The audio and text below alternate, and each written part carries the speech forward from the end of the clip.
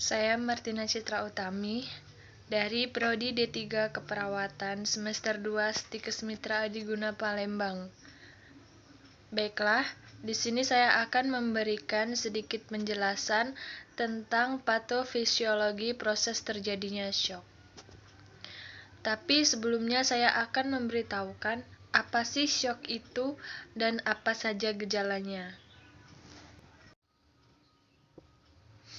Pengertian syok. Syok merupakan hipoperfusi sistemik yang disebabkan oleh penurunan baik curah jantung maupun volume darah yang beredar secara efektif. Klasifikasi syok. Ada beberapa macam syok. Yang pertama, syok kardiogenik. Yang kedua, syok hipovolemik.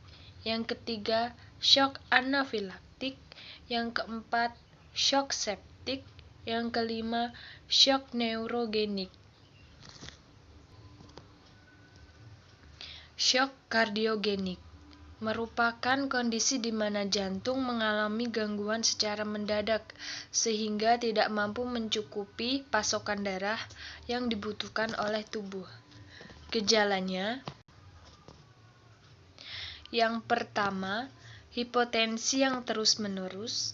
Yang kedua, penurunan indeks jantung. Yang ketiga, peningkatan tekanan baji. Syok hipovolemik merupakan kondisi darurat di mana jantung tidak mampu memasok darah yang cukup ke seluruh tubuh. Gejalanya ketidakstabilan tanda-tanda vital seperti tekanan darah, nadi, dan pernafasan, serta diikuti tanda-tanda hipoperfusi. Syok anafilaktik adalah suatu reaksi alergi yang dapat menyebabkan kehilangan kesadaran bahkan kematian. Gejalanya yang pertama, badan tiba-tiba terasa hangat. Yang kedua, pembengkakan bibir dan lidah. Yang ketiga, mual dan diare. Yang keempat, sakit perut. Yang kelima, berdebar-debar, denyut jantung lemah, keringat dingin, dan pucat.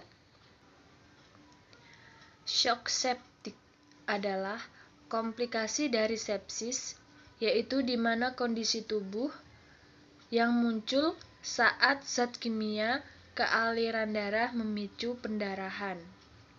Gejalanya yang pertama, suhu tubuh lebih dari 38 derajat Celcius atau kurang dari 36 derajat Celcius.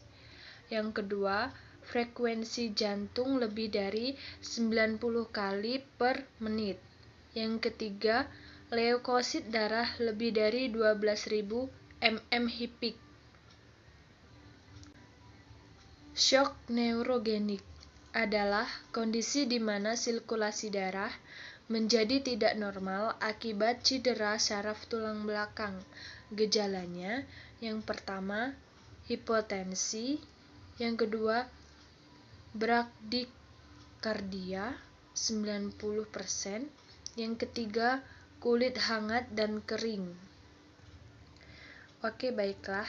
Setelah kita mengetahui pengertian dari masing-masing tipe syok dan gejalanya, saya akan memberitahu cara pencegahan supaya tidak terjadi syok.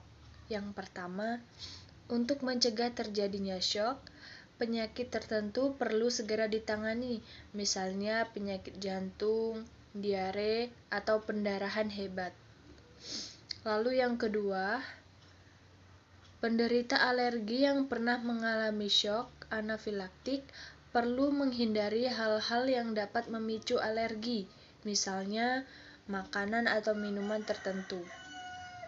Penderita juga dianjurkan untuk selalu membawa epinefrin dalam bentuk autojector atau berbentuk seperti pen sebagai pertolongan pertama saat terpapar alergi yang dapat menimbulkan syok anafilaktik.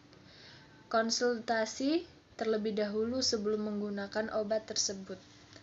Oke, terima kasih. Sekian video dari saya.